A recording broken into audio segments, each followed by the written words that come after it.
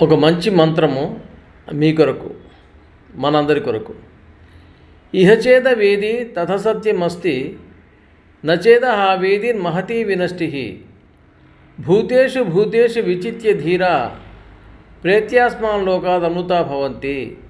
ఇహ ఈ లోకములో తెలుసుకున్నట్లయితే మీకు సత్యం అస్తి, మేలు జరుగుతుంది. తెలుసుకున్నట్లయితే మహతీ వినష్టి, నష్టి అంటే నష్టము, వినష్టి అంటే ఎక్కువ నష్టము, మహతి అంటున్నాడు. ఇంకా అంటే చాలా చాలా నష్టం జరుగుతుంది. దేనివల్ల అంటే ఒక జ్ఞాని అయినటువంటి వాడు భూతేషు భూతేషు విచిత్య ధీరా. ధీరా అంటే జ్ఞాని అని అర్థం.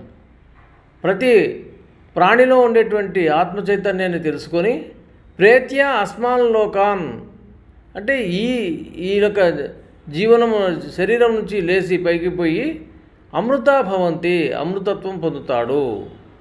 అహం బ్రహ్మాస్మి.